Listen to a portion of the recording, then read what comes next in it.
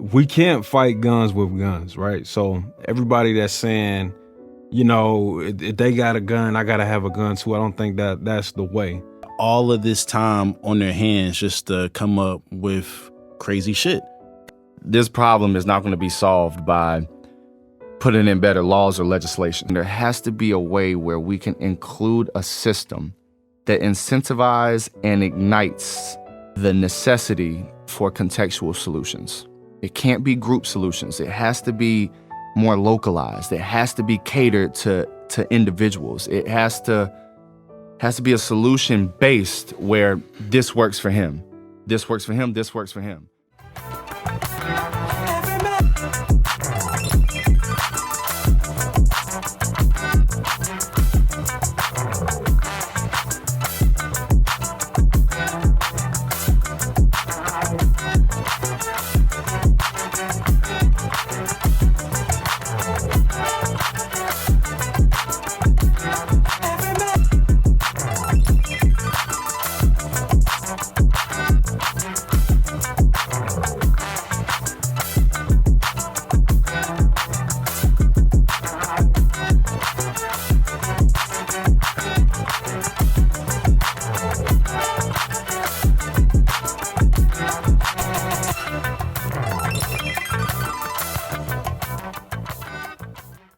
Yo, welcome back to another episode of the Peace of Mind podcast, where every episode is a lesson and we're never selected with our perspective.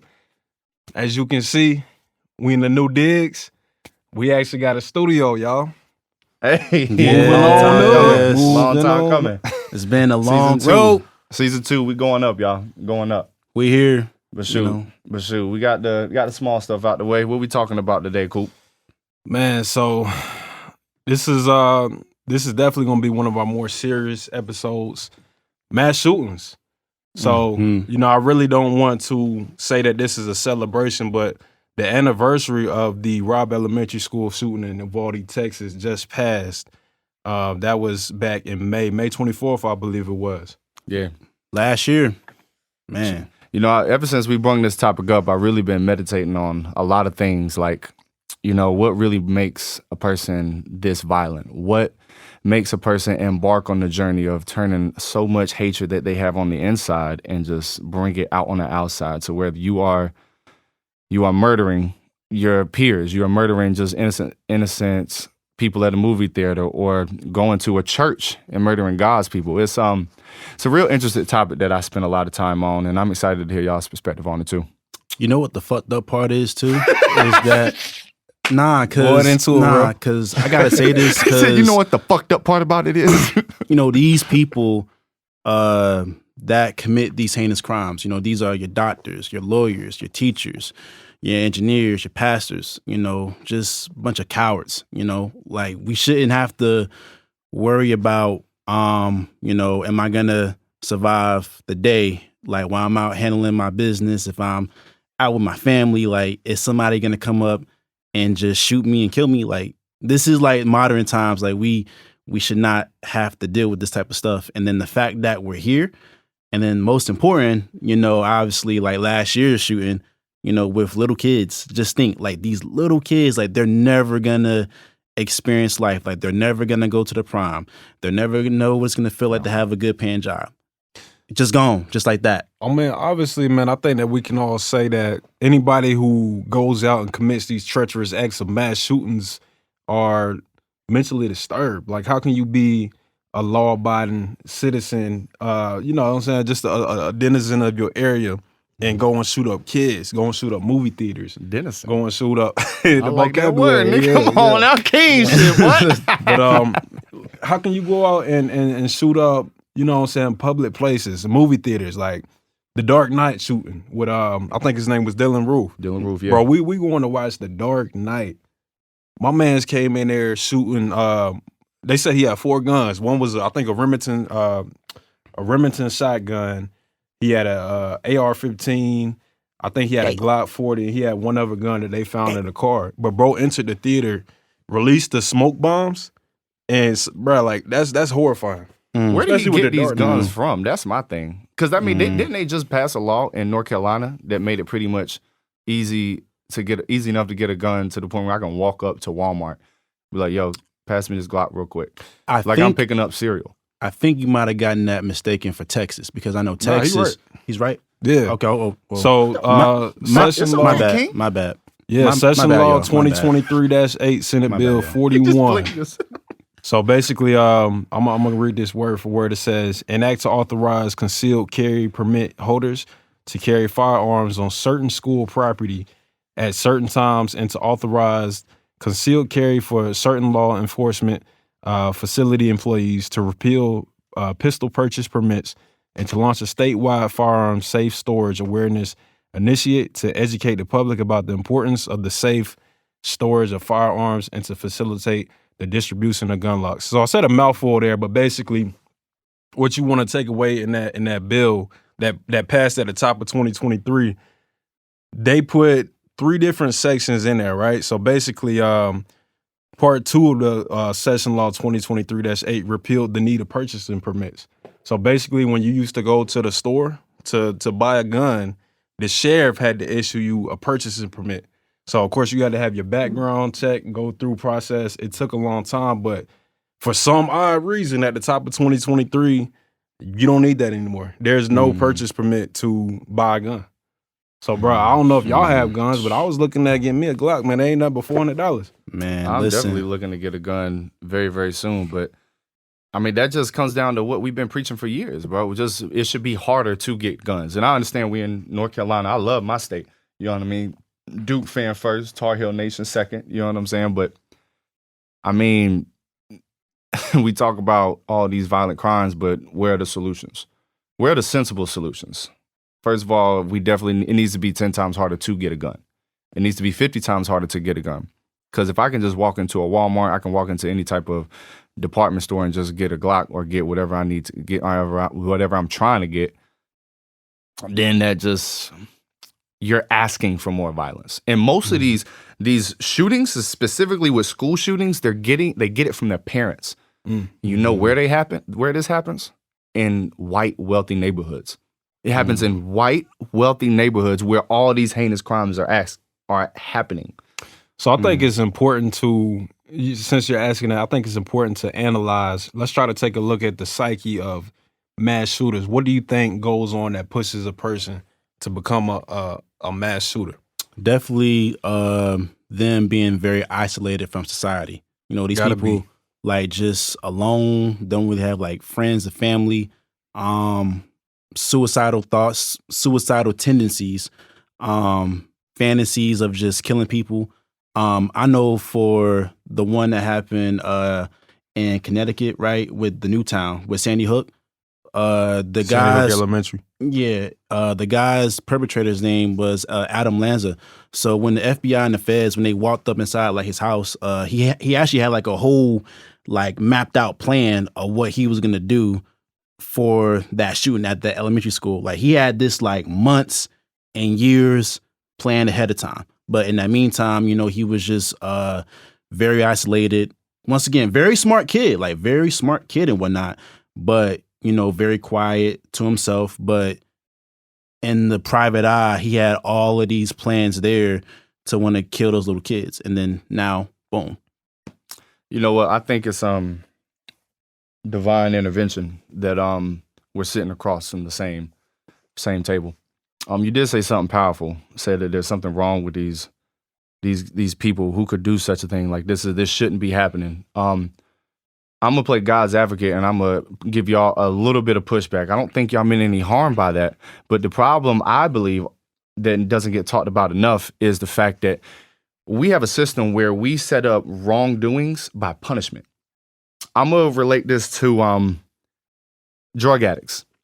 A couple months ago, out of just sheer curiosity, I was just on YouTube looking at, just methods to cure addiction to things like heroin, meth, porn. Yeah.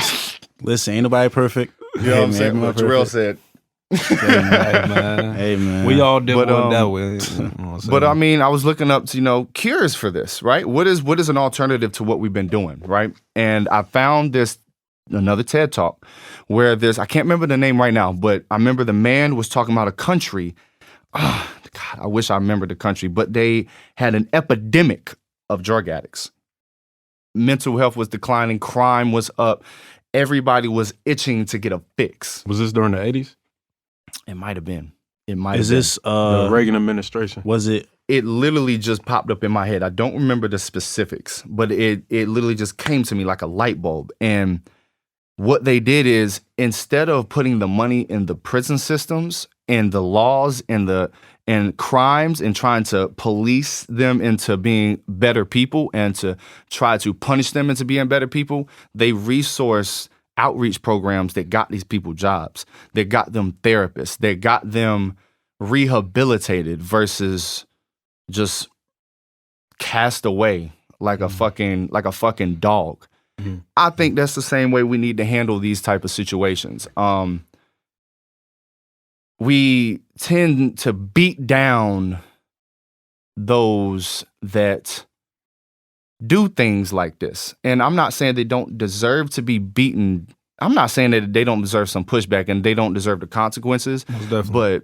But we need to set up some type of system where we are looking to heal each other from within. Because as long as we're trying to simply punish one another and bash one another whenever we do something wrong, or even something as heinous as a mass shooting, we need to try to understand and try to reach a hand out and say, look, you're fucked up for that.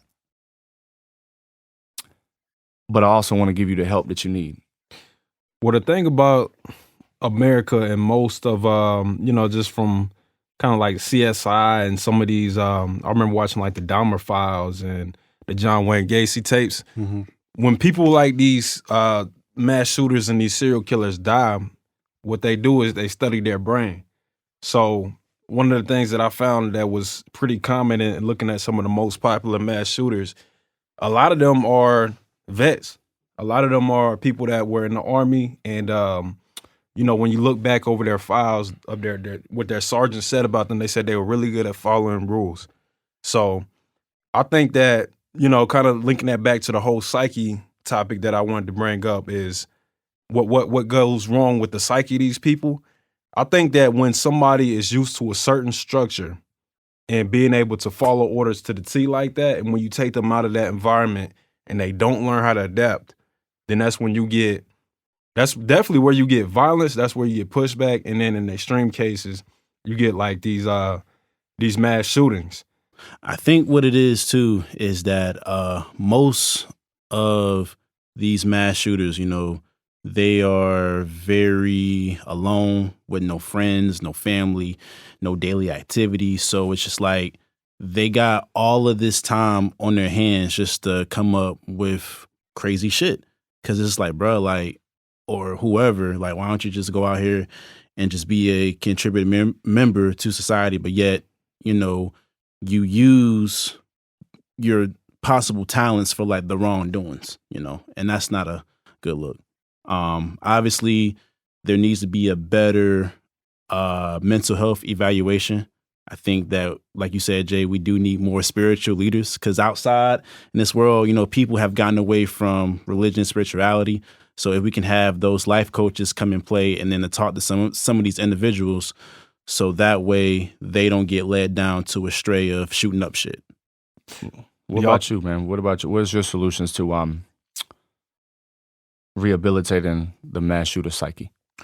I mean, like I said earlier, I think that what kind of forms the terms that form a mass shooter is somebody that's used to living on a certain structure. And then when you take certain comforts away, when you take jobs away, when you take friends away, when you take, when a person, like Rel said, is isolated, it forms a bunch of malice. And if somebody like a vet, somebody that has artillery training, that can form the conditions to what we commonly see for a lot of mass shooters. So as in terms of solutions, what I'd say is just taking care of the outcasts, man. I feel like a lot of shooters are outcasts. Right. That goes from everybody from the Columbine high school shooting with, Eric Harris and the Dylan Claybold dude, to all these disowned vets you see. But I think that having taking care of your vets. I mean, I feel like every vet should come home to certain social programs and certain economic programs that they can participate and benefit from. And then also, teachers, look out for those kids in the class that you know are getting bullied. You see getting bullied, but he come into class and he ain't saying nothing. Like that. Those are the really, what I'm saying? Those are the people that you got to keep an eye on. And also, too, you got to understand is that, everybody ain't going to react the same. Like, you could fuck with somebody, and then they could fuck around and say, hey, you know what? I'm going to get you, or I'm going to kill you the next day because you just kept fucking with them and fucking with them and fucking with them. And what we do as a society is that, and this correlates with the mass shooting too, is that oftentimes when the victim gets picked on and shit, it's like, oh, well, he or she just couldn't stand up for himself. But we treat the bullies as like the heroes and whatnot because, like they didn't, get hurt or anything, but yet the real victim is actually getting fucked up and that gets picked on and whatnot. So I think another solution to stopping these mass shootings is obviously, less bullying, and obviously, like you said, Ron, having the teachers, be more informed with the student of like what's going on in their particular lives. Speak up. I mean, but honestly, how involved can a teacher be or a guardian in the room be for a kid that doesn't want to confess and whatnot? Because even as the teacher, you may say, hey, Billy, I want you to go to so-and-so class, and Billy's just going to brush it off. This is a normal day to Billy. What would you do for people like that, to the people that refuse to accept that help? I would, it just depends on the teacher or whoever at that time. I think the teachers, if the student doesn't want to accept help, immediately go up and call the parents like, hey, Billy's not doing so well in class, or I feel like, Billy's kind of isolating himself because he's getting picked on. Let's see what we can do. And they could also take it down to the principal, or they could take it down to the other higher ups. So, I also feel like there's got to be a way for, stuff like this to happen less.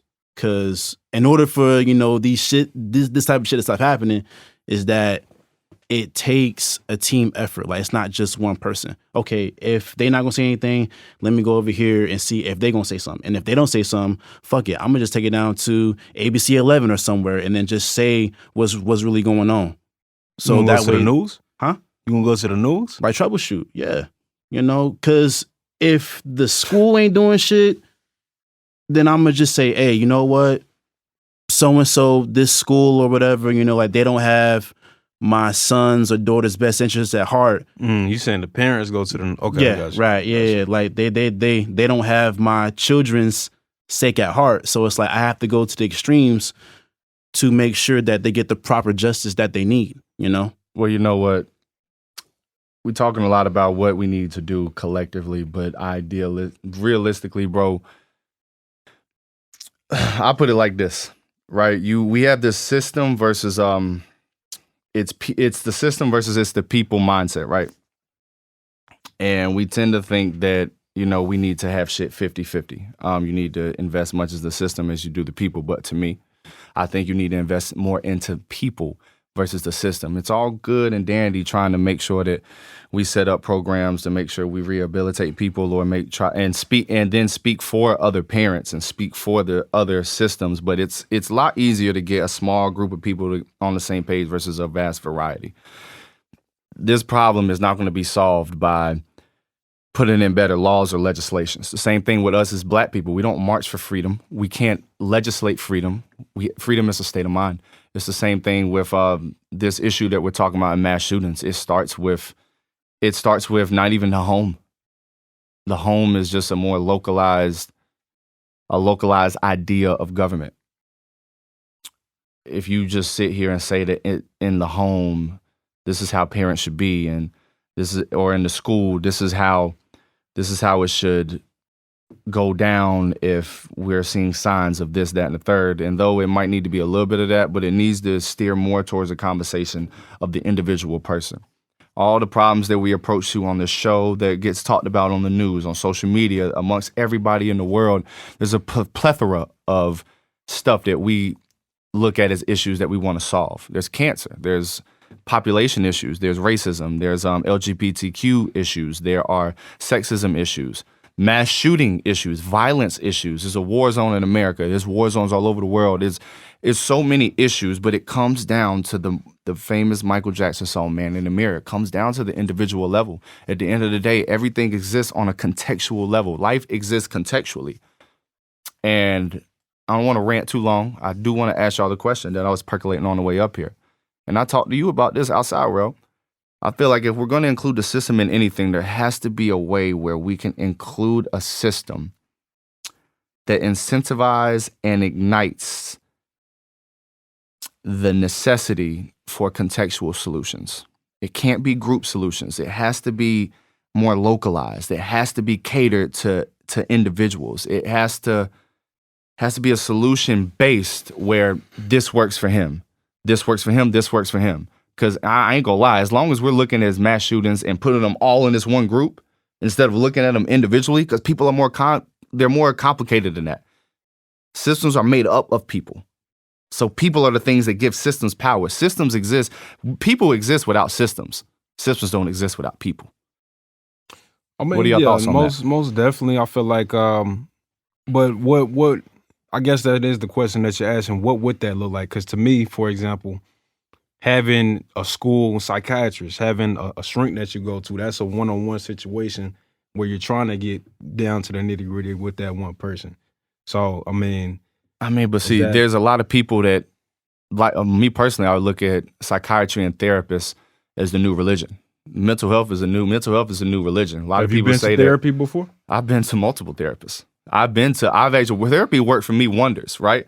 Me personally, I don't go back because I just, that's another conversation for another episode, but I personally don't feel the need to go back. I feel as if I've healed enough and I'm at one with myself enough to the point where I don't need therapy.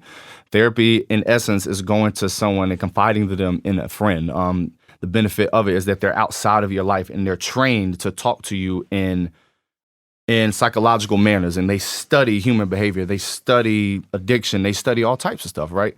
However, psychiatry doesn't work for everybody. That's not the only solution, and it's not something that works for everybody. There's a plethora of people that will tell you that psychiatry is bullshit. Psychology and therapy is bullshit, the same way that there'll be a plethora of people that will say religion is bullshit. You know what I'm saying? And then there's a plethora of atheists. So it's just not a one-size-fit-all thing. It's not just, we need to put that in the pot of solutions and the gumbo of solutions, but we need to bring up more than that. Psychiatry has been around for a minute. It's time for us to birth new solutions. What does this look like? I'm asking y'all, what do you think? What else could we add to the table? Another thing that, not to get off topic, and, you said something at the end of that resonate with, you said people think that religion, may be a, solution, which I think it's like, no. Again, what we do as a society is like when the tragedy happens, like when the mass shooting happens, everybody be like, oh, thoughts and prayers. Everybody goes on Twitter, oh, hashtag thoughts and prayers, or they post a picture like, dog, that's not going to bring back the children or the families or the people that was infected by it back. Like thoughts and prayers, it's not going to work. No. Now, I think what people should do is that they got to like find their camp of people that they relate to, like-minded people, because like you said, Jay, everybody's not gonna be on the same page. You're right. Like obviously we got us peace of mind. Why? Because like we're like-minded niggas. So men, kings. I'm sorry, y'all. I'm like-minded sorry, niggas. I'm sorry, y'all, but y'all get the message though. But, like you got to find your clique, and stick with that, because obviously if you don't have those supportive people in your circle, then you're just going to go down a very dark abyss that you can't get yourself out of. So, nice. And idealistically, it would be a great thing if everybody could just come together and just really plan this out, peace and harmony. But realistically, reality. that's not the reality. That'll never happen. Because also, just to add, is that life is conflict. Inside your body, there is literally cells killing other cells in order for other cells to live. When you have cancer in your body, your brain sends cells to go down there and to get rid of those cells. Cancer cells are not inherently bad, but they are birth and they are here. So it's like unity is not a real thing. Not the way that we understand it. Not in the westernized perspective of what unity is. I mean, honestly, bro, like, to sum up everything that y'all were saying, it's all about having open dialogue. Which what you were saying, Jalen, we are all individual, so it's hard to come out with a solution that addresses all mass shooters because each person has kind of something that drove them over the edge. For some people, it could be therapy. For some people, it could be something as simple as getting out of the house and going to the movie every week. It could be something as simple as, hey, let me talk to my kids today. It could be, there's no blanket solution. So, real, what you said about finding your tribe, that's most definitely facts because a lot of times when you see these mass shooters, they're, like I said earlier, they're outcasts. They're people that were on the outskirts of society that didn't have friends, that isolated themselves. So definitely making sure that people have people that care about them around them, and then also having a space where they can feel comfortable coming to and talking about their issues with somebody. I actually saw something on 19 Keys Director X interview. I've actually watched that over and over. That was a fantastic interview. There was a certain outbreak in violence also in Canada at some point, in the prison system and in schools in certain neighborhoods. And long story short, you know what they did? They integrated meditation within those communities. They integrated it within the school systems. They integrated it within the prison systems too. And what is meditation? And y'all know me, professional meditator. Got the Buddha, got some Hindu shit here. You know what I mean? Y'all know how I get down, right? Y'all know I'm very connected, and that's how I vibe on a spiritual level. Right. Meditation, at its root, is literally just sitting and learning to enjoy your own being. Because at the end of the day, when I dap you up, you don't feel my hand. You feel the sensation. You feel the sensations in your hand as a result of touching my hand.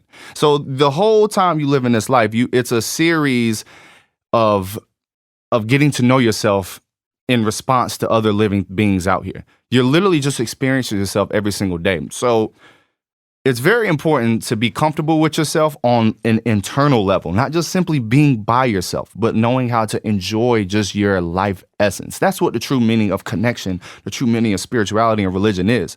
Meditation is just another version of prayer. You know what I'm saying? Like through Islam faith, Christianity faith, that's all it is. And then you can even apply it on a scientific level. I meditate using a scientific app. It's called Balance. I definitely recommend y'all check it out. They guide you through certain exercises and teach you learn how to do things like let go, gratitude, joy. Are you feeling frustrated? Let's walk you through it. Things of that nature. If you're on a commute, if you're going on a walk, whatever, right? It's those little things right there that I feel like we can instill within our lives that will bring a reduction of violence down. And that's exactly what happened in these communities, in those prison systems, in those violent communities. The kids got better grades and they were happier overall, and the violence dropped dramatically. Same thing with the prison system. It dropped dramatically. In my ultimate solution, more so than not, because I don't believe in absolutes, but more times than not on this show, you're going to hear me. It comes back to the connection you have with yourself. We got to teach people, we have to guide people into being connected with themselves. We have to guide them to that, because when you are connected with yourself, that is what most people mean when they say peace. And when you're connected with yourself, things like conflict and violence, they won't be eradicated, because life in itself is violent. And it's very important for us to understand that. It's very important for us to also look at these mass shooters as if they are just as natural as clouds in the sky. They are just as natural as clouds in the sky, because at the end of the day, our society is a garden that we've watered into everything that it is now. Well, that's actually one of the things that I wanted to touch on, bro, because I I wanted to ask y'all, like, what has led to the increase of such these rates, man? Like, so the United States, of course, the Second Amendment is the right to bear arms. We are home to 5% of the world's population, but we're accountable for a third of the world's mass shooters from 1966 to 2012. So obviously, this was something that started ramping up later. I even want to tie that back to generations. You know, our generation now, I think we are Gen Z and whatever the generation is behind us. We even see, no, I'm saying behind us. Millennials, they above us. But you talking about this coming forward? So Yeah, it's after us. the Okay, younger got you. people Oh, than after us. us. So Okay. that's like But, Generation X. No, Generation Y, something like that. I think it's Yeah. Y, Z, Okay. Z, something, I think. But like even the change in generations, we see more and more kids. You know, the older generations call these kids soft. Oh, you got thin skin. You can't, you know, we grew up playing the dozens. We had to do all this and that. And then, you know, so what do you think has led to the ramp up of such mass violence in the past 50 years? And a sensitive generation at that. For sure. Yeah. Definitely, the increase in technology, like technology, Okay. Go deeper. technology. That was going to be my Man. point. Go Yeah, deeper. What you absolutely. mean by that? I know me and you, Jay, like we spoke about this in Atlanta with the Lecrae, right? Interview down there. Shout out Lecrae. Love you, bro. Peace, King. So we got into like a real deep conversation. Like you was just saying, like, hey, you know, like we as humans, we create this shit. Like we create these systems. We create everything, but we don't see our own destruction. Life imitates art, and art imitates life. Is that what you're trying to say? No, that's not what that you too. were trying to say. And- What I had said to you was that how can we have an iPhone that can do 1,000,001 things, but I don't have peace of mind? Because the increase in evolution and technology and our modern way of living, we think we're so evolved when we're not. We're not, because we're shooting up schools, shooting up churches, shooting up kids. We're raping, we're torturing each other. We don't know how to enjoy our evolution. So how evolved are we if we can't enjoy the evolution that we've created for ourselves? We're not evolved. So y'all are saying that y'all think that the increase of violence is because we have less control of our lives and people are not as tapped in with their selves, like you were talking about with the meditation. Absolutely. I'd say absolutely that is right. I believe that the increase in violence, all the problems that we see today is just a domino effect of not being connected with oneself. We have no perspective on what life is. There's no perspective on what life is. Even, bruh, it's the other day I was with my homeboy and he asked his kid, what you want to do when you grow up? I find that to be a very toxic question because we base our lives off occupation, of what are you going to labor for? How are you going to make money? Why is that how we look at life? I'm not saying it's not necessary for this society and to blossom in it. And those things are not necessarily the problem. But the people that are within that problem are not, they don't have that perspective in what life is. They don't know what real life is because they're looking at all the trinkets and toys and what life is. Money can buy you dope things, buy you the dopest shoes, buy you houses, buy you shorties, buy you men if you're into that, buy you vacations, get you access to things that most people couldn't have. Not understanding that you don't get value out of here. The value comes from inside.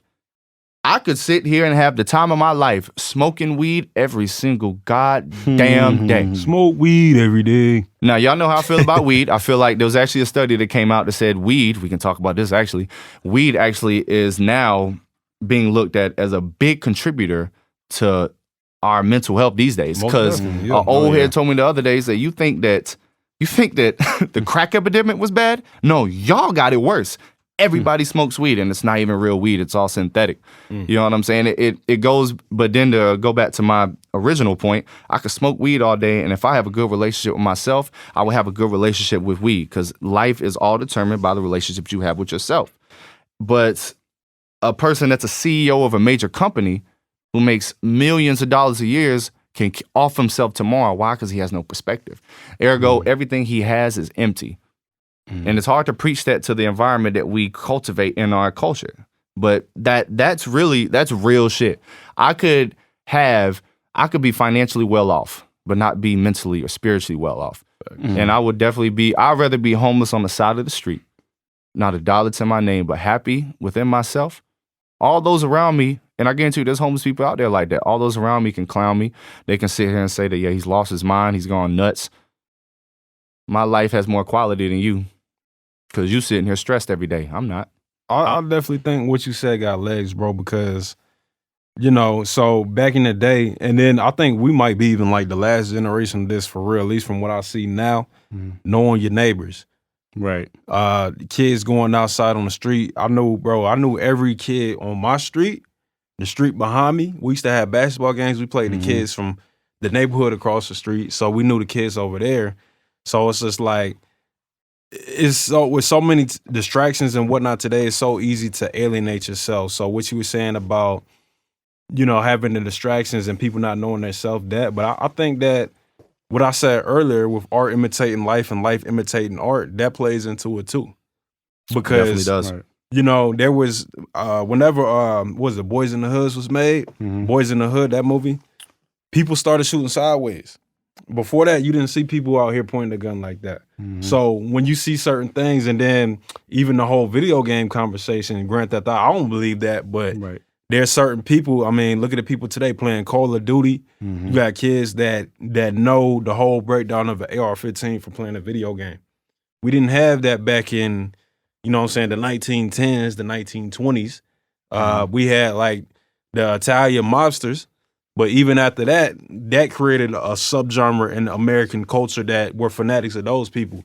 So I think that over the time, as entertainment and culture has evolved, we've started incorporating violence into that, and we see that present today. When it's a fight, what you do? What you do if you saw a fight right now?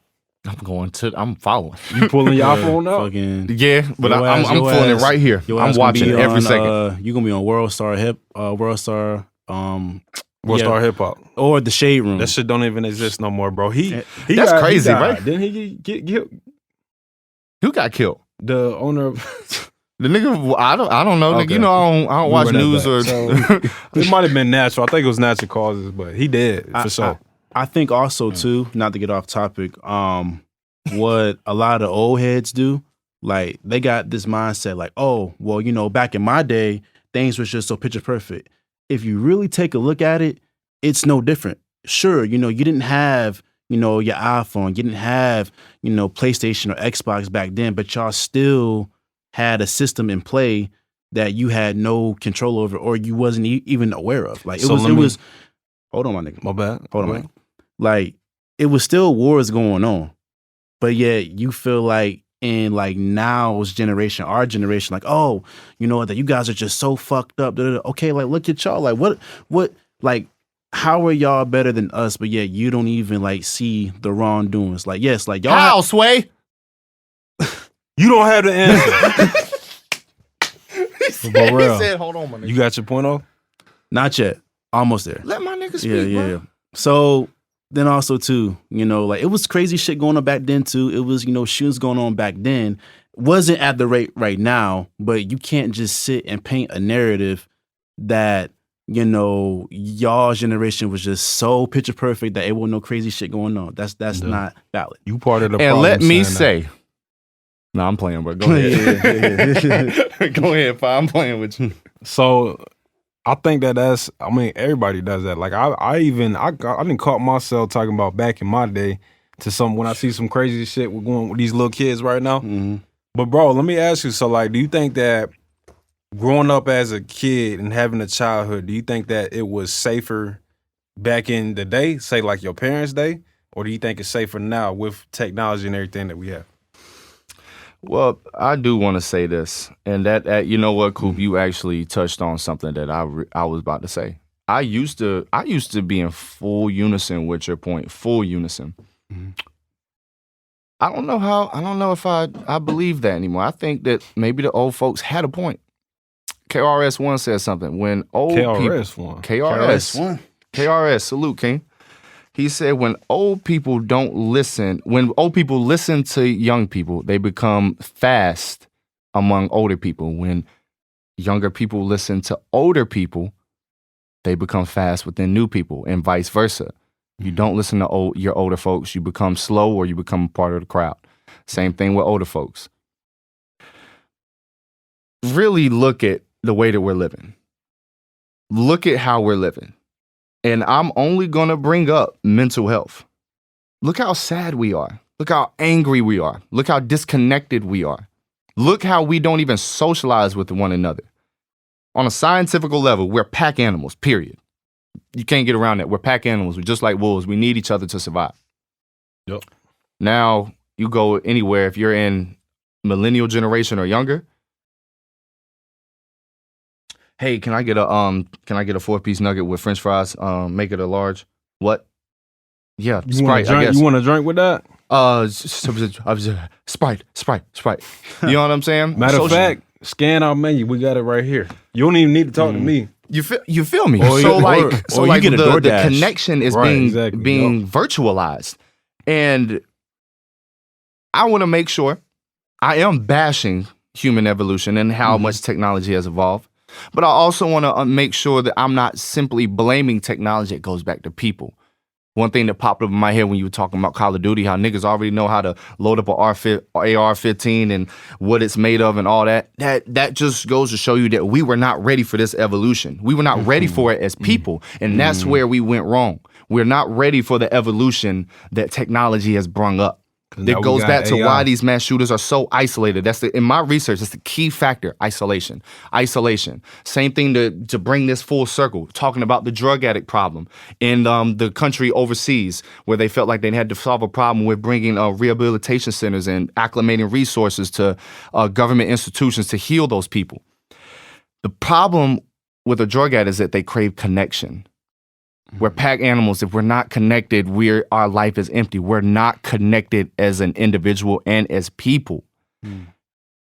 Because we're not connected with ourselves, we're not ready for technology. Technology is a manifestation of our brain, because technology has ran off the philosophy of efficiency.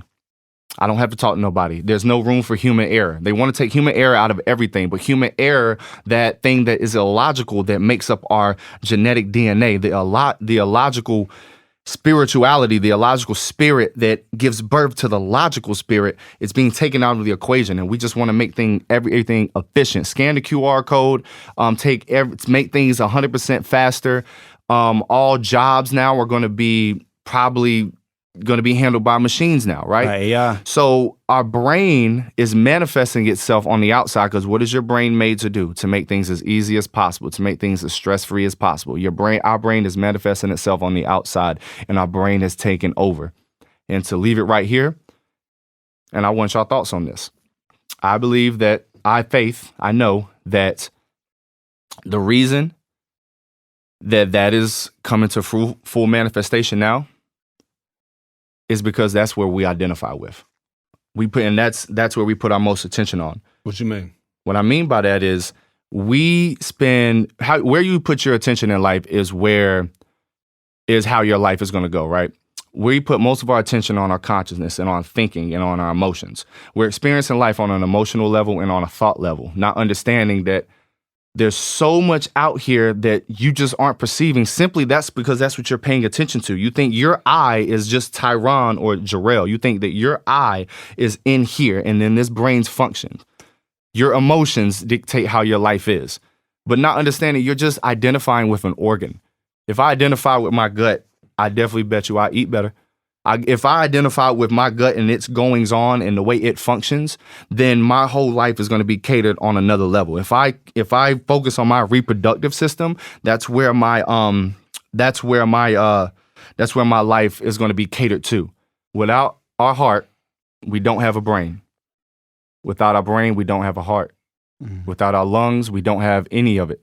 Without the blood circulating through our body and the cells within it, we don't have any of this body. It all works together as a unit. To expand that a little bit, the trees, those are our exterior lungs.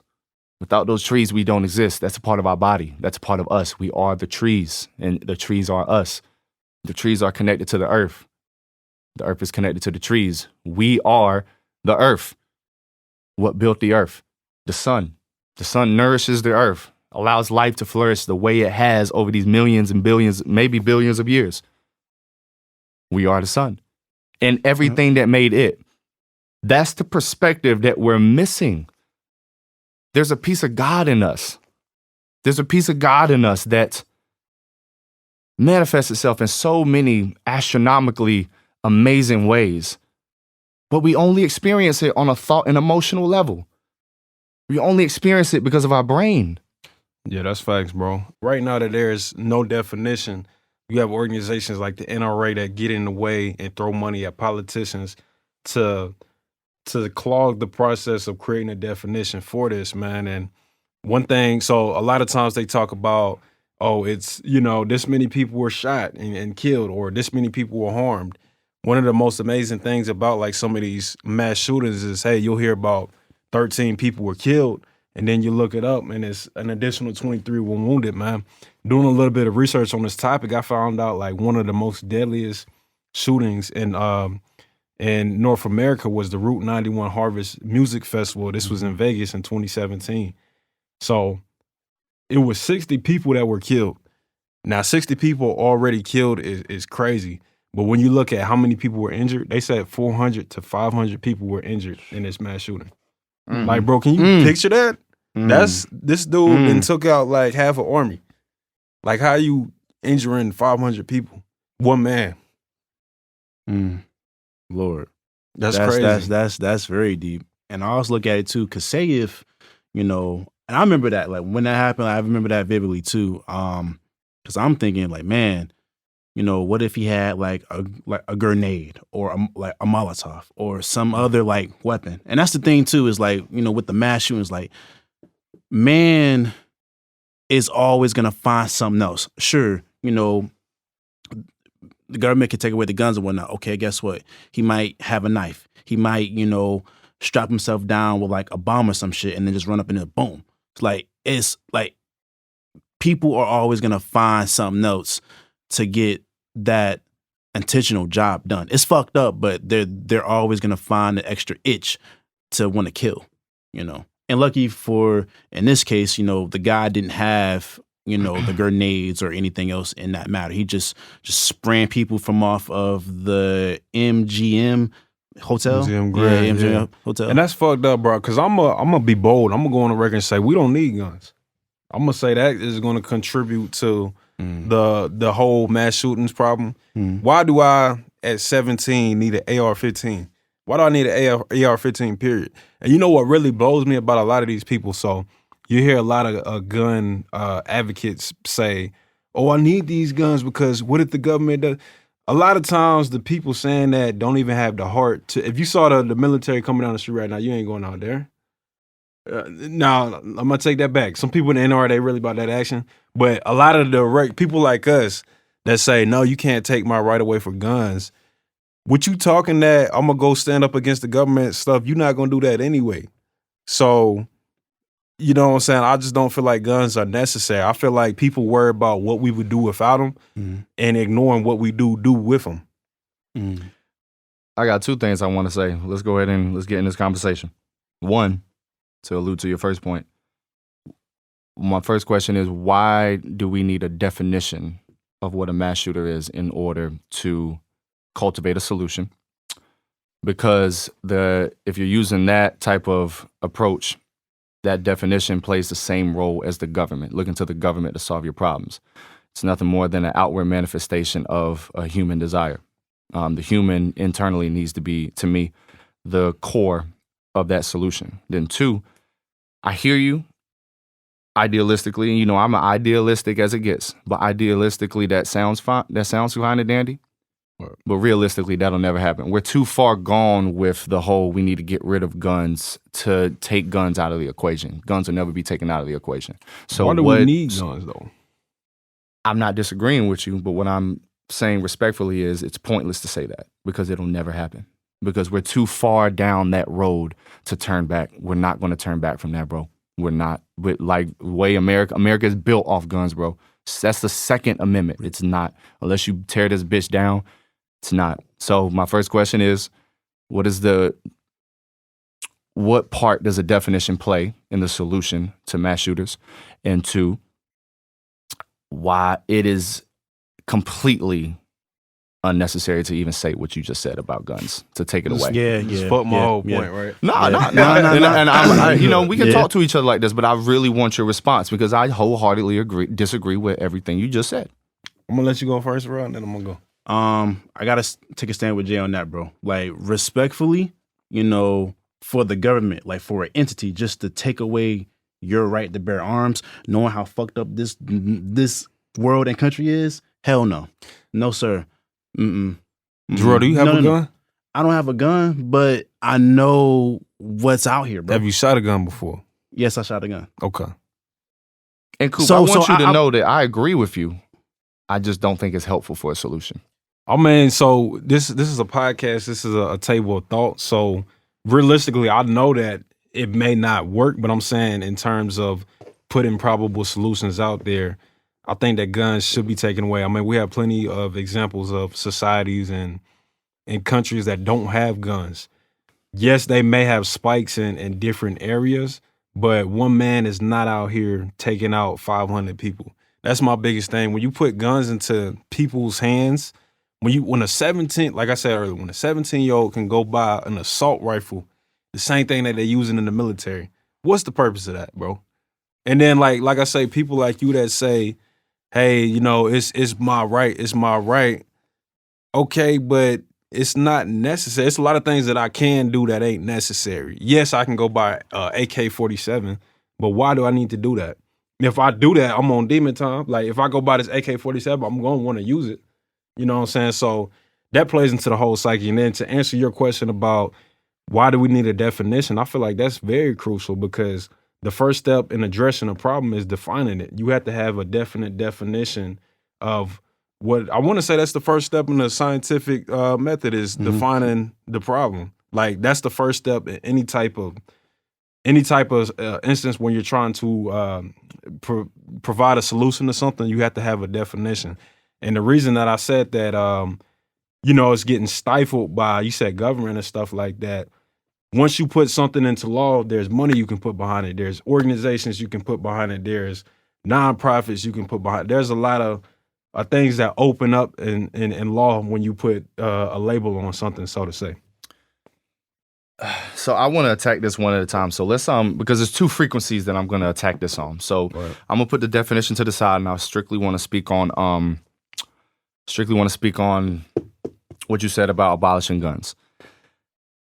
Like I said, I agree with you, but what is your solution? Like, what is your realistic solution to solving the problem of guns and putting them in the hands of mass shooters? Because I feel you, but that'll never happen. So I personally feel as if there's no reason of speaking on it because there's no way that'll ever happen. What I say at times can be outlandish, but I will bring a solution for it. Meditation within schools. Let's bring it down to violence. But in terms of just getting rid of all guns, of course, it's not necessary. We don't need guns. I agree with you. There's no reason why you should be going out buying an AK-47 when you just, no, I just want to have it. I want to go hunting with it. People say, you know what I mean? And I mean, like, it's a culture that I don't participate in. I don't all the way understand. I understand from an outside perspective, you know what I mean? It's important for you to bear your arms. You have a responsibility to protect you and your family. And hunting is a very sacred culture in local white country communities. Okay, it's not me, but I respect it. But it's not in any way, shape, form realistic to expect that to just happen. Okay, so let's talk about gun control then. Do we feel like maybe not taking away all the guns, but making it illegal to buy certain types of guns, to buy, certain type of caliber caliber rounds, the amount of guns you have. Do y'all have problems with this, Mr. Second Amendment? That I can respect that, but for you just to say just to get rid of guns.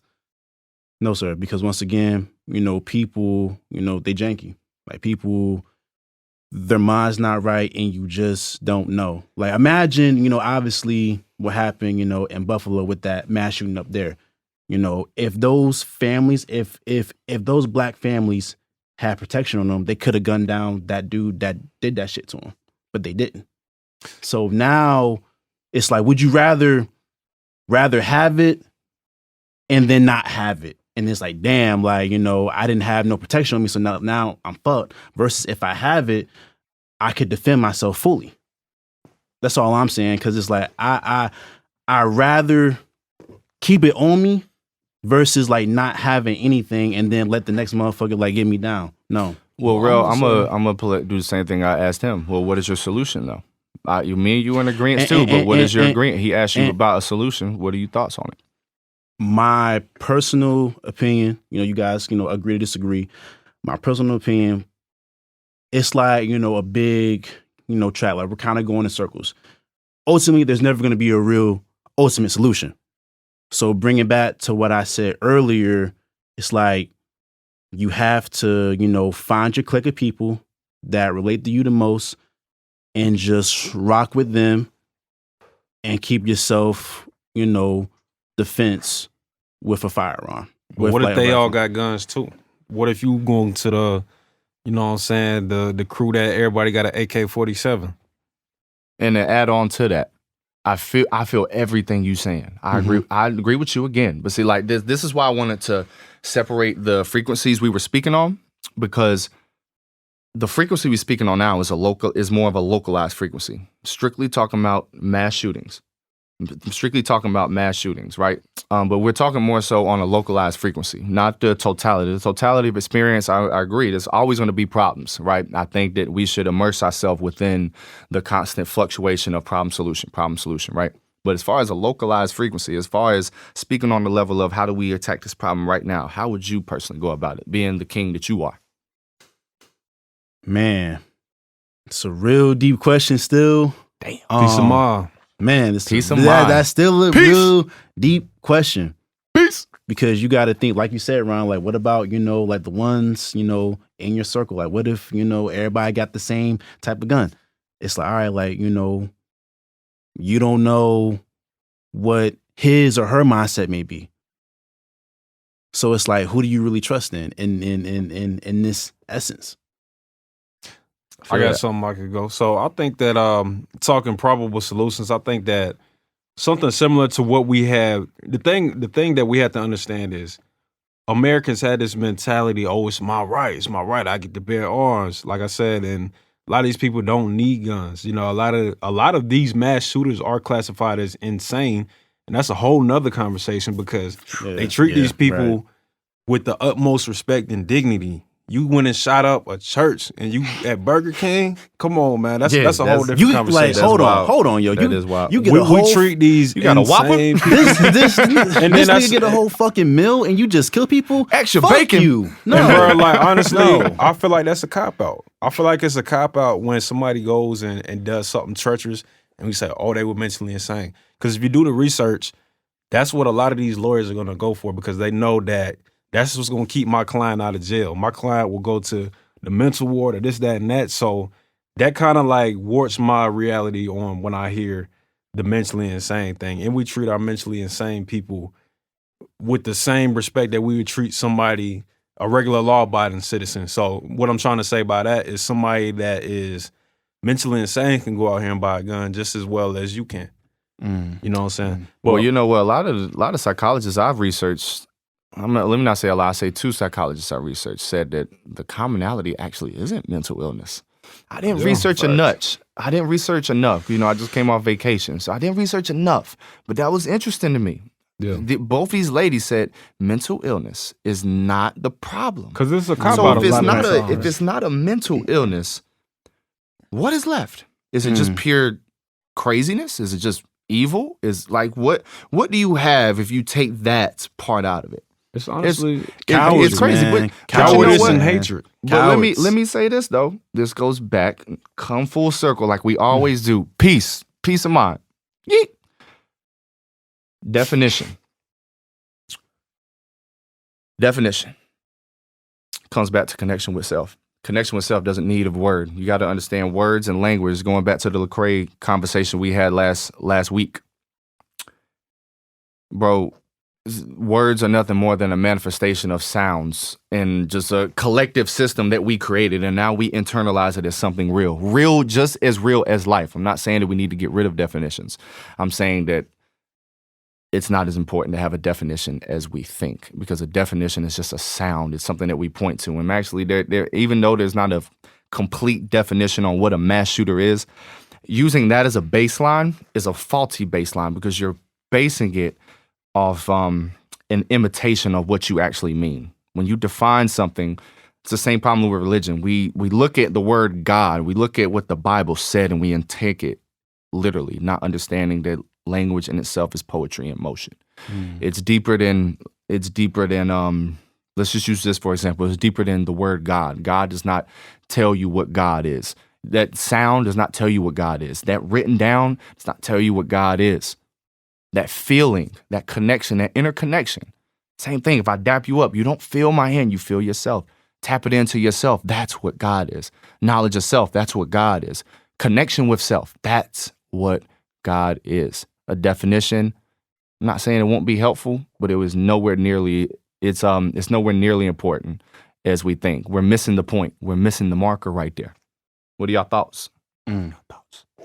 Well, I honestly wanted to give my solution. You know, I was going to get that earlier, but then I'll come back to that. But my solution, honestly, bro, would be we can't fight guns with guns, right? So everybody that's saying, you know, if they got a gun, I got to have a gun too. I don't think that that's the way, because that's only going to lead to more violence.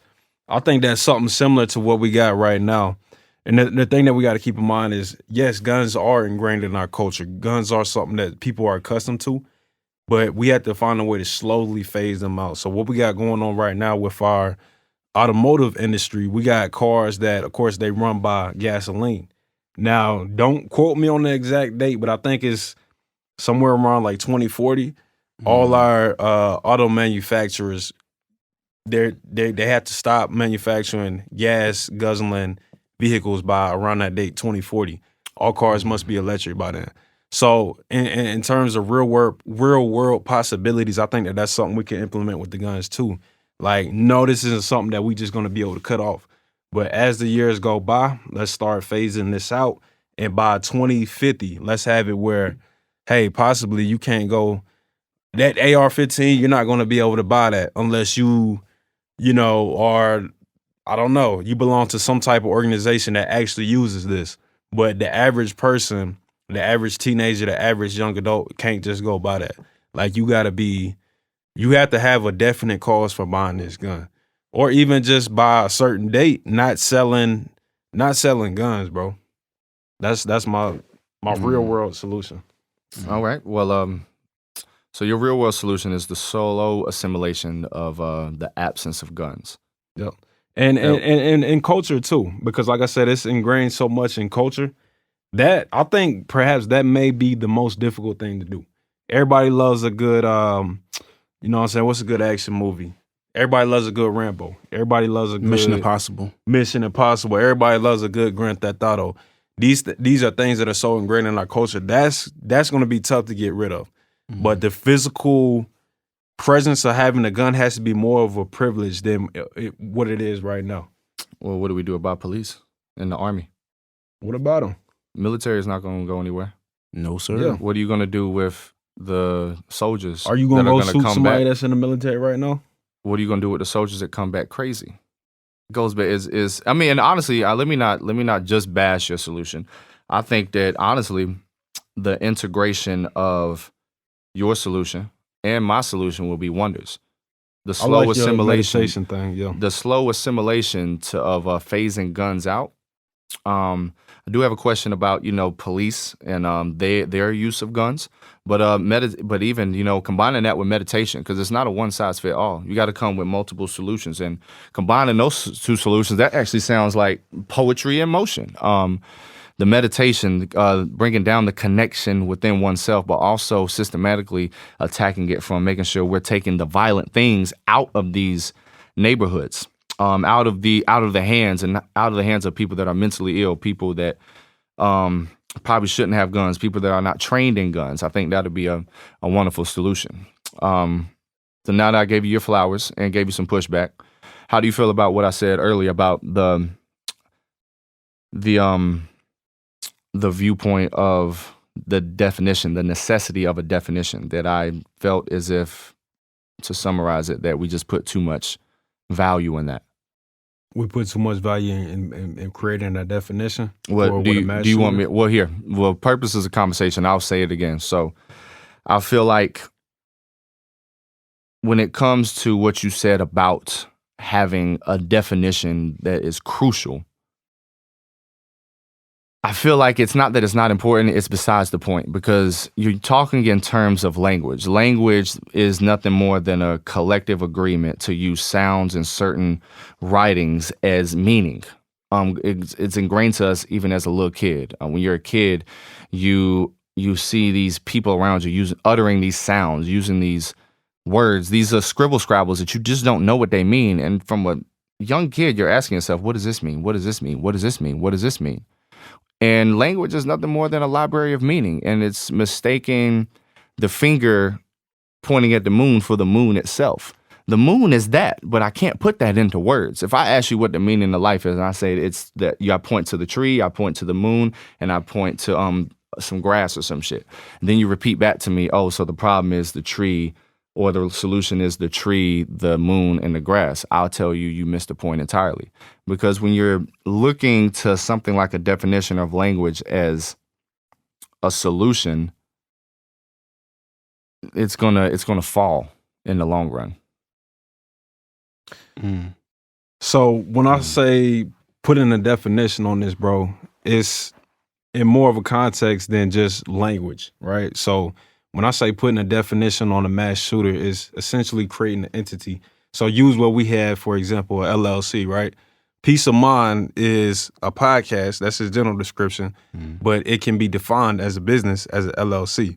So with us being on record as an LLC, that opens up the door to different things. That opens us up to tax write-offs. That opens us up to, everything that comes with running a business. So when it comes terms to defining a definition for a mass shooter, I guess I'm using that in terms of more law.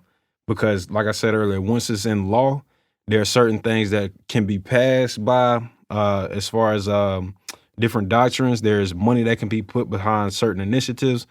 You can just do so much more when you have a definition for a mass shooter, which is why I believe that a lot of people from gun-loving organizations are keeping that from being passed. Which is why I wanted to separate these conversations, because one frequency in terms of talking about a solution is a localized solution. The frequency that I'm talking on now is I'm talking about on a totality level. On a totality level, definition is not necessary. The problem is the imbalancing of value within the word. So we can talk localized solutions, but we also have to allude what Rel was saying, that there's always going to be a problem. The only reason that there's always going to be a problem is not because there's always going to be shit to deal with. It's because of the word and the power that it has. The power that the word problem has is fucking incredible. As long as you have something to identify what a problem is, you exclude that as something negative.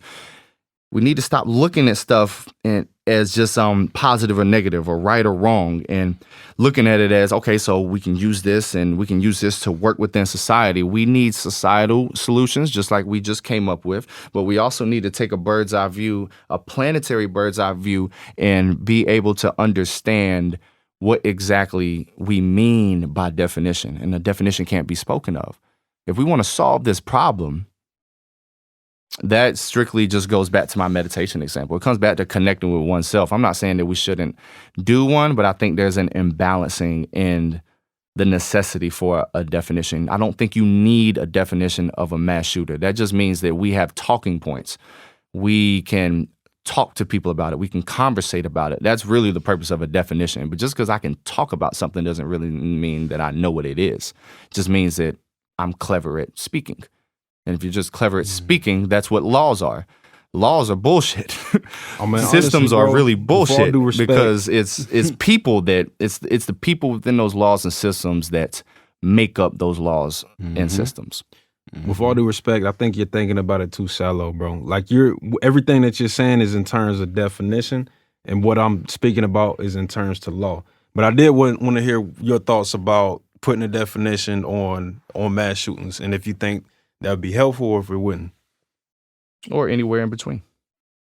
I'm leaning more so anywhere in between because, well, let me get my solution off. Like I've always said, my opinion, agree, disagree. There's never going to be a real cutthroat solution, whether it's, what's the word you said? Not sure. Not authoritative, something like that. That's a word. Yeah, authoritative. All right. Open-based society solution. Like on a totality level? Bingo. Totality. Yeah, Okay, totality level gotcha. solution. There's never going to be a totality level solution, nor is it going to be like a real solution in local solution. So the best solution is, it's just like I've always said, find your clique, find like-minded people that are on the same page as you. And I'm not trying to like be, like on the wishy-wish type, but, just hope for the best and then just try to be as peaceful and as positive as you possibly can. Because, life is short. And also to answer your question about a mass shooter, when I think of like a mass shooter, it's like somebody that's just, crazy, deranged, and that's just confused because I will never understand why somebody would just go out in public or to any public venue and just kill somebody for no reason. Like you don't know this person from a can of paint and yet you just want to take them out the game. A madman with a gun Like can do a lot of damage. And the sad part is like when they do it, like when they commit the crime, they do all the killing and then they kill themselves. Like they commit suicide. It's like, nah, that's the easy way. Nah, like, get arrested, go to prison and know what it feels like about how much suffering you cause out here to the people out here. Hell no. I ain't doing that shit. I'll take the easy way out. He just pissed him off. It's fucked up because it's man, just what do you feel about the definition? The necessity for a definition. I'm just more so on the side of that's not the point. We don't necessarily need a definition. That's a lack of perspective. And I have a response for him too. But I said it's a lack of perspective. He said it's shallow to only look at it like that. I'm looking at it in the lens of law, right? How do you feel about the necessity of a definition? Like I said, it's just we're kind of going in a full circle, like a track, full circle. Like it's not gonna be a real solution. It's so not. you more so along with me. Too. Yeah, like listen, you know what? I can't change this shit. I'm just gonna adjust and adapt to what the fuck is going on. I'm gonna fuck with, my close homies, and then all the rest of the shit is just that's the type of time that I'm on. Cause like I'm not gonna sit here and then give you like a full scholarly answer. No, I'm gonna just tell you what it is. Here's what it is. You can look at it in this way, in that way, and then just, go about your business. And that's fine, bro. We can agree to disagree because I feel like for me personally, I feel like what it takes to address a problem is first to define a problem, and then taking it in a deeper context, when we define certain things in law, they become entities, and entities are subject to. They have a lot more freedom. You can put a lot more resources behind them, and I think it's deeper than just what we call it. I think that what's being defined, like I said, is an actual entity. So it's not what I'm calling it, it's what it's actually identified as.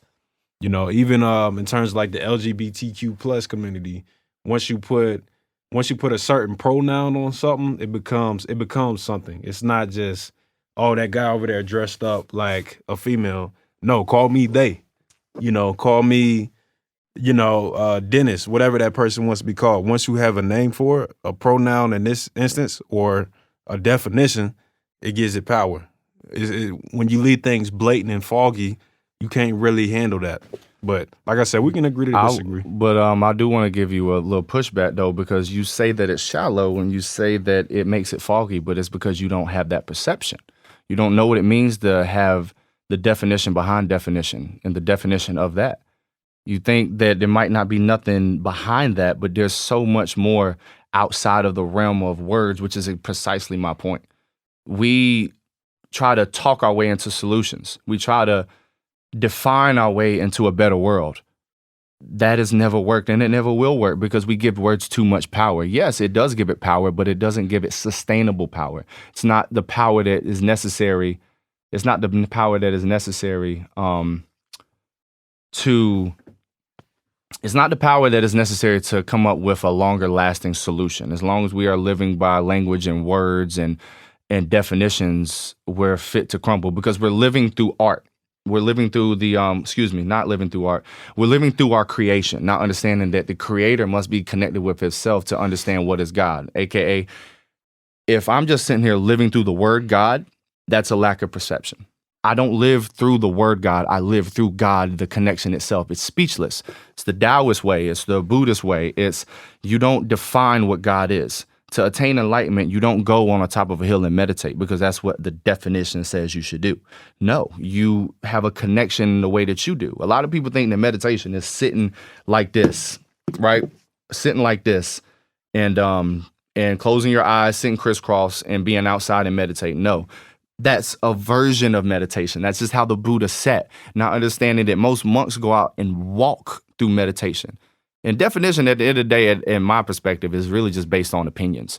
There's so many people that define things in different ways. There's so many set definitions, even on a country-to-country level. The only thing that gives them validity is if you agree upon it within that group. I get the frequency that you're speaking on, but what I'm saying is I'm taking it past that. I'm taking it a level deeper. The frequency that you're speaking on is the frequency I was speaking on in terms of solutions, in terms of localized solutions. So definition works on a localized solution, but in a totality, which is the crux of any point that I approach anything with, the perception of what life is cannot rest upon merely words, because words, in a way, is the fall of humankind, human beings, mankind. Well, I'm gonna say this: it's hard for me to speak in terms of totalitarianism, totality, whatever the word. Put an ism behind that. It's hard for me to speak in that regard, because I believe that there are no absolutes, so I can't address something full blanket like that. But what I want to say is words. This isn't even the frequency I'm on with this whole definition thing, but since you're taking it there. Words have power. If I sit up here and I call you a nigga... And I'm not saying they don't have power. I'm just saying it doesn't have as much power as we think. If I sit up here and call you nigga... No, matter of fact, if I call you nigger, we put the ER on there. If I call you a god, two different frequencies. I know you seen the 19 Keys episode where I think it was Blue Pill. No, it was the dude with the hawk ring. He made the jewelry. So I know you seen that episode, right? The example he gave. If I call you black versus I call you Kim... the whole frequency you feel in your throat vibration, words have power. We can't ignore that. But like I said, that wasn't even the frequency I'm speaking on. But yes, words, why do you think we call it spelling? When you spell something, it's an energy that you put out into the air. So we can't just ignore and say that words have no power and everything is just ambiguous. If you say that if you call me a nigger, or if you call me a god, I'm going to take that differently. That's you projecting your own self upon me, because I'm the person that gives that power to that word. Fact. I'm the person that gives a definition its power. And what I'm saying is we gave too much power to a definition. I'm saying that the word nigger should not, in a healed society as black people, should not bother us. Because I think as people, and I said this last time, I don't know if I said this last time, but I believe that in a healed society, black people need to be okay with there being racist, meaning need to be okay with there being saying nigger. But now you have a right about unrealistic. Y'all was saying me getting rid of the guns is unrealistic. It's unrealistic for black people to not get offended when you call them a nigger. No, because that's just a word. That goes back to connection with oneself. You can connect with yourself. You can, like the solution that I brought forth, if you are connected, you don't got to just use meditation. You can use your own manifestation of that. But it's up to me to determine how upset I get. It's determined to me, depending on how connected I am, to give that thing its power. Because once again, I feel everything from inside my body. Everything I experience on an intimate level internally. That is my answer. That is my answer to any type of problem. Connection with oneself. I mean, If we put too much power in outside things like definitions and words and languages and taking words that define other words and to define other words and define other things, and not seeing that rat race that we're in the conundrum that languages approach. I'm not saying to get rid of language. I'm not saying that definition doesn't have power. I'm not saying we shouldn't incorporate definitions into the solution. I'm saying we need to dumb down definitions' power, and we need to put more power in our connection with that word. Mass shooters are not the problem. Violent people are not the problem. Racisms are not the problem. Government is not the problem. It's our in relation to that. It's our reaction, our response to that. And it doesn't mean that you just allow anything to fly. It just means that if you are connected and peaceful with yourself, that is the ultimate solution, truthfully. That is the ultimate solution, Rel. That's the ultimate solution. Mm-hmm. Because if I'm trying to solve things out here, I'll never solve that. Because ultimately, bro, when we talk about solving problems, what makes something a problem ultimately is that things out here are not happening the way that I think it should happen. As long as I'm trying to control something on the outside and put value on things on the outside instead of not diminishing what's on the outside, but putting more emphasis on the connection and cultivation of being a whole spirit combined with this human clay, we'll always be in balance, and we'll always have problems. We'll always have mass shooters. We'll always have all of these things. That's beautiful, Sage. Yeah. That's deep. Appreciate it. Yeah. Thank you, Coop. King Kemp. With that being said, fellas, man, this was a great episode. I feel like we really got some valid points across here. If everybody would just go through and say their final solutions as to how we could address the issue of mass shootings in America. Here's my final solution. Jarrell's final solution, right? King Kemp. Get around close, like-minded people that fuck with you, that genuinely care about you. Stay the hell out the way. Stay near positive vibes. And yeah, that's my solution. Respect it, man. I say that number one would just be checking in on your people. Like we demonstrated earlier with the example of like teachers that are observant. A teacher knows their students. They know what kids are having bad and off days. And like Rel said, if somebody's in your circle and you observe them being distant, that just gives you a sign to check in and clue with them. I also feel personally that we don't need guns here in America. There are plenty of societies that don't have them, that don't have the increased rates that we have here. So I feel like we should have some type of program that would implement eventual getting the guns out of people's hands eventually, because I personally believe that we can't fight guns with guns, and we have to take away and keep guns out of people's hands. Amen. I got two solutions. One, I'm going to speak on the localized frequency that we spoke on today. I think the assimilation of taking guns out of society combined with the assimilation and meditation within school would do us wonders. This is a thought-provoking podcast, so definitely feel free to criticize and to add on to what we're saying. This is just us in an hour, maybe hour and a half. Please add to it. I think that would be a definite, immediate, localized solution. But as always, the ultimate solution is connection with yourself. You can do this by meditation, walking, listening to music, whatever. It's not one thing that you have to do, but if you tap into the God that you are, whatever you want to call yourself, it doesn't matter. Bottom line, connect with you, because you are the solution that we're all looking for internally. If you don't connect with yourself, what are you connecting with? You're not connecting with a thing. Amen, and amen. Like I said, we're celebrating. We are in the anniversary of the Robb Elementary School shooting in Uvalde, Texas. So I just want to say RIP to the staff and students that got killed in that horrible incident, and some of the more notable mass shootings that we've had out here in the U.S. So we had a mass shooting like 2 days ago on Memorial Day down in Hollywood, Florida. It was like a like a little bit of a group beef with other cliques and whatnot, and it just turned into a shooting. So condolences into the families like down there that were affected with that, along with the recent other mass shootings too. Absolutely, guys. Guys, this was a wonderful episode. I enjoyed the conversation throughout the entirety of this episode. But with that said, we are Peace of Mind, y'all. You can follow me on Instagram, King Sage with a J, KJNGSAGE. Coop, talk to him, homie. Yes, sir. It's your boy Ronnie, aka _King Coop on IG. Follow me on IG. Follow me on Twitter at Young Sneak Freak, and follow the page Peace of Mind 888 on Instagram. Follow me, Jarrell, at JERRELL.Kemp, KEMP on Instagram, and also follow the Peace of Mind podcast page. Yeah. Peace, family. Peace.